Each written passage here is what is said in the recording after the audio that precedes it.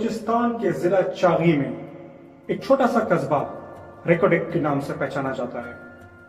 ناظرین، اس علاقے کو قدرت نے، اللہ رب العزت نے سونے، تانبے اور شیل گیس جیسی نعمتوں سے نوازا ہوا ہے، لیکن جو اہم بات ہے وہ یہ کہ اسی ریکوڈک کے اندر پاکستان کی سب سے بڑی اور دنیا کی 5ویں بڑی سونے کی کان بھی موجود ہے۔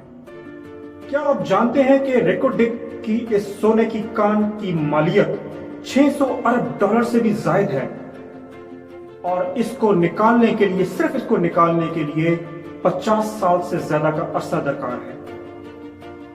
یعنی کہ پاکستان کے پاس وہ خزانہ موجود ہے جس کی کبھی ہم تصور کیا کرتے تھے۔ پاکستان کی سرزمین میں اللہ رب العزت نے وہ خزانہ دبا کے رکھا ہوا ہے جو شاید کسی ملک کا یا کسی شخص کا خواب ہو سکتا ہے۔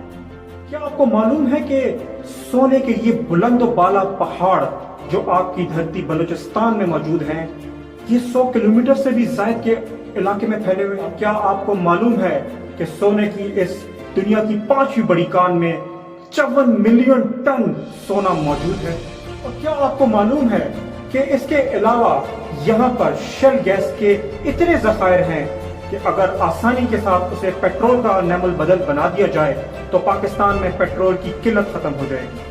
مگر افسوس، 1994 پاکستان میں کیئر ٹیکر حکومت کے دور میں یہ معاہدہ خود کرنے کی بجائے یا اپنے دوست ملک چین کو دینے کی بجائے ایک آسٹریلین کمپنی BHP کو دے دیا جاتا ہے۔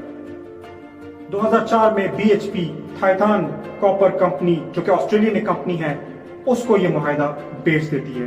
اب ستم بلائے ستم تو یہ کہ TCC یعنی تھائتان کاپر کمپنی یہ سونا بغیر اسٹیٹ بینک آف پاکستان کی نالج کے بھی نکال سکتی ہے، یعنی کہ TCC کو اس کے لیے اسٹیٹ بینک کی اجازت کی ضرورت بھی نہیں۔ TCC نے اس کام کے لیے علاقے کا 400 کلومیٹر رقبہ اپنے استعمال اور اپنے قبضے میں رکھا ہوا ہے۔ ستم بلائے ستم ایک بار پھر یہ کہ TCC نے اسی کے اندر ایک رنوے تک بنا کے رکھا ہوا ہے جہاں سے یہ خام حالت میں پاکستان کا یہ سونا، پاکستان کا یہ خزانہ بآسانی اپنے پرائیویٹ جیٹس میں ڈال کر ملک سے باہر منتقل کیا جا سکتا ہے۔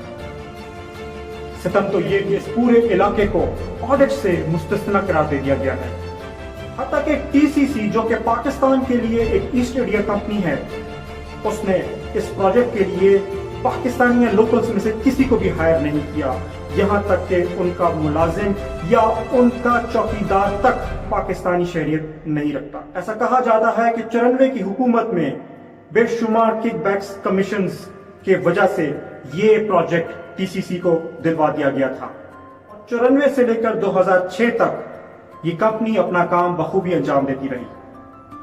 پر پھر اچانک 2006 میں مولانا عبدالحق بلوچ نے بلوچستان ہائی کورٹ میں اس کے خلاف ایک پٹیشن دائر کر دی۔ 2013 میں یہ پٹیشن سپریم کورٹ کے دروازے کھٹکھٹانے لگی، اور 2013 میں سپریم کورٹ نے اپنا ورڈکٹ سنا دیا۔ اس سے پاکستانیوں میں خوشی کی لہر دوڑ گئی، مگر ابھی عشق کے امتحان اور بھی تھے۔ اس معاہدے کے تحت TCC 56 سال تک پاکستان میں اس پروجیکٹ سے سونا نکال سکتی تھی۔ میں نے اپنے ابتدائی کلمات میں آپ کو یہ بتایا تھا کہ 54 ملین ٹن سونا نکالنے کے لیے 50 سال سے زائد کا عرصہ درکار ہے، اور یہی وہ عرصہ تھا جس کے لیے TCC کو یہ 50 سال کے لیے دے دیا گیا تھا۔ 2013 میں سپریم کورٹ نے یہ فیصلہ تو صادر کر دیا، مگر اسی کے ساتھ TCC نے اس فیصلے کو ماننے سے انکار کر دیا اور انٹرنیشنل عدالتوں کا دروازہ کھٹکھٹایا۔